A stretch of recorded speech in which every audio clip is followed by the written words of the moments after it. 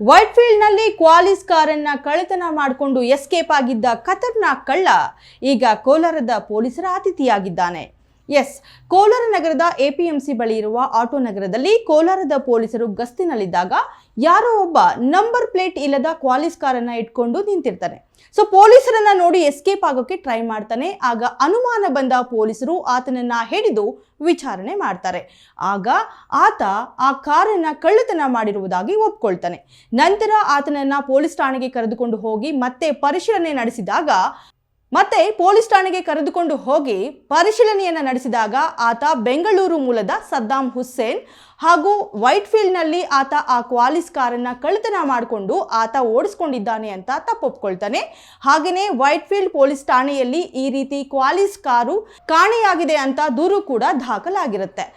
ಈ ಮೇರೆಗೆ ಕೋಲಾರದ ಪೊಲೀಸರು ಸುಮಾರು 1.5 ಲಕ್ಷ ಮೌಲ್ಯದ ಕ್ವಾಲಿಸ್ ಕಾರನ್ನ ವಶಪಡಿಸಿಕೊಂಡು ಆತನ ವಿರುದ್ಧ ಕಾನೂನು ಕ್ರಮವನ್ನು ಕೈಗೊಂಡಿದ್ದಾರೆ. ಯು ಟೈಮ್ಸ್ ಕನ್ನಡದಲ್ಲಿ ಮತ್ತಷ್ಟು ಲೇಟೆಸ್ಟ್ ಅಪ್ಡೇಟ್ಸ್ಗಳಿಗಾಗಿ ನೋಡ್ತಾ ಇರಿ ಯೂಟ್ಯೂಬ್, ಫೇಸ್ಬುಕ್.